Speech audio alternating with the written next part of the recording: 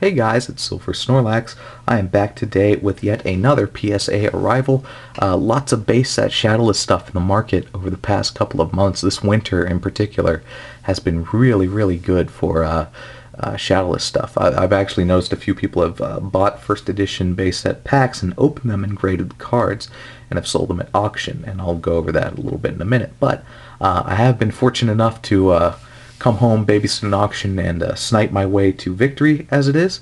And I'm going to go ahead and show you the spoils of what I got. So we'll start it off with one of the first cards I've won recently. It's a first edition Gem Mint 10 Pidgey base set. You see there's no shadow along the border. Copyright years are correct for shadowless. That's a cool card, and actually one of the cheapest ones you can find at auction. Generally, first edition common and uncommon cards go anywhere between 40 and 60. That's not too unusual, depends on the card. So I'll go over some of the ones that are more expensive and less expensive in just a moment, but that Pidgey was one of the first ones I picked up. And this is a Poliwhirl that I also picked up, Gem Mint 10 first edition. You can see line information is correct. Uncommon card from the set, still really cool to pick up. Went for about what you expect at auction, and I know I mentioned some of the cards go for a little less or a little more. This is one of the ones that go for a little bit less. It's an energy card. They were very common in the base set era, so it's not too unusual to see them pop up at auction from time to time, and this is also a Gem Mint 10. But something interesting that I've noticed about PSA and how they grade Pokemon cards, I believe they've become a heck of a lot more lenient, especially in recent months. I'll show you what I mean. You'll notice on the back here, right above the P in Pokemon, there appears to be like a little smudge right above the P. See that? White? Just kind of looks like flecks, like dust.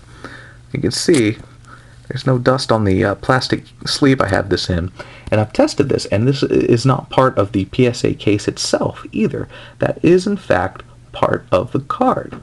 So according to PSA standards, you are allowed a 10 as long as you have only one printing defect, not damage to the card through some other means, literal printing defect, and that's it. But I've checked the corners and edges, and everything else turned out perfect. It is virtually perfect. There is that one minor flaw there, but it used to be if I got cards and I had something that obvious, I wouldn't send it in, because more often than not it would come back as either an 8 or a 9.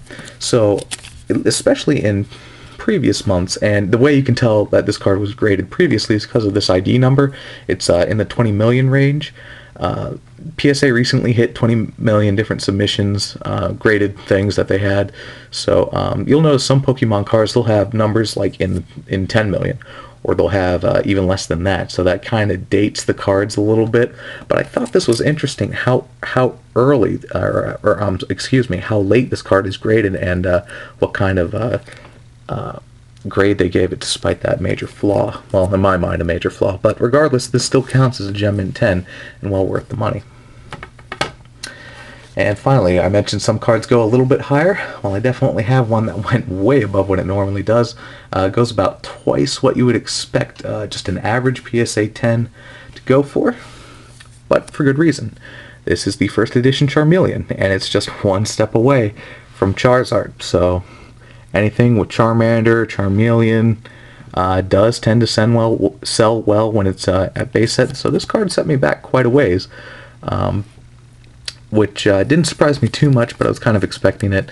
Also a 10, no smudges on this one, no printing defects. I've looked it over rather well, and nothing really poked out too much. But yeah, this is how it came out. First edition Charmeleon, and a cool card. One of these days, I promise you guys, I will get a first edition 10 Charizard from base set. Promise you, it'll happen. Not in the immediate future, as that card's going to set me back about $2,000, but we'll see. When the time comes, we'll definitely tackle that. So for now, still just having fun trying to collect the whole set, really, as the holos tend not to come up at auction all that frequently. So this is what I picked up. I've got a lovely collection of base set stuff starting to grow here, and it's really rather cool. Still hoping to see holos at auction. sometime in the foreseeable future, but we'll see as we go. So, thanks a lot for watching, guys, and I'll upload again soon.